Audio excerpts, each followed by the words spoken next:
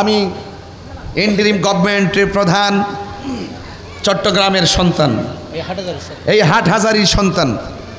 আগামীকাল মনে হয় তিনি চট্টগ্রামে আসবেন সম্ভবত, আমি তথ্যটুকু জানি। এবং প্রশাসন খুব সুন্দর করে শৃঙ্খলা রাখছেন।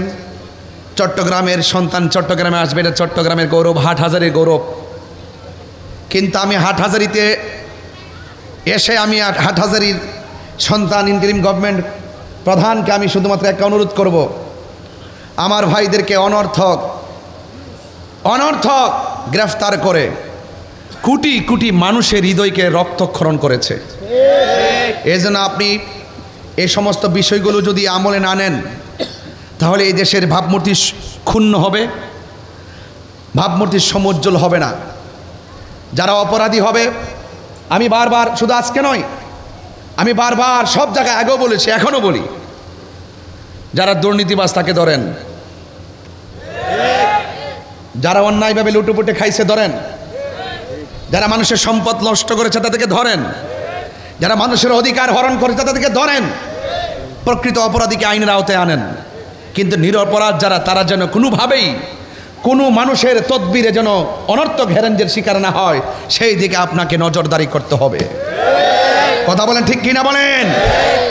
তবে আহলুস সুন্নাত ওয়াল জামাত শান্তিপ্রিয় হিসাবে বারবার প্রমাণ করেছে। আশা করি যারা বিভিন্নভাবে তদবির করে আমাদের আহলুস সুন্নাত ওয়াল জামাতকে কোণঠাসা করতে চায়, সেই সমস্ত তদবিরকারীদের দাঁত ভাঙা জবাব যদি দিতে হয়, আমরা ঐক্যবদ্ধ থাকতে হবে। কথা বলেন, ঠিক কিনা? ঐক্যবদ্ধ যদি থাকি, আমি 2000-এও বলছিলাম, যখন আমার বিরুদ্ধে মামলা হয়, আমি বলেছিলাম আমি জেলে যাইতে পারি, বাইতুল মোকাররমের সামনে আমার ফাঁসি হতে পারে, হয়তোবা কোনো কালো ছায়া কিংবা কালো অধ্যায় অথবা কোনো ধরনের অপশক্তি আমাকে এভাবে ফাঁসি দিতে পারে। আমি যদি ফাঁসিতেও জ্বলি, এর বিনিময়ে যদি আপনারা ঐক্য হয়ে যান, আমি মরে গিয়েও শান্তি পাবো। আমি আজকেও হাটহাজারীতে বলি, আজকে দেখেন, আজকে যারা কাস্টডিতে উঠেছে, আজকে যারা আদালতে উঠেছিল, তারা উপর থেকে নিচে নেমেছিল, আমি দেখেছিলাম তাদের চেহারার মধ্যে একটা নুরানি ঝলক।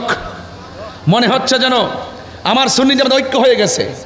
সেই জায়গায় জেল হতে পারে, অপশক্তির দ্বারা আমরা আঘাতপ্রাপ্ত হতে পারি, কিন্তু হৃদয়ে হুব্বে মোস্তফার মহব্বত আছে। সেই মহব্বত নিয়ে আমরা পৃথিবী ছেড়ে চলে যেতে পারি। কথা বলেন, ঠিক কিনা বলেন?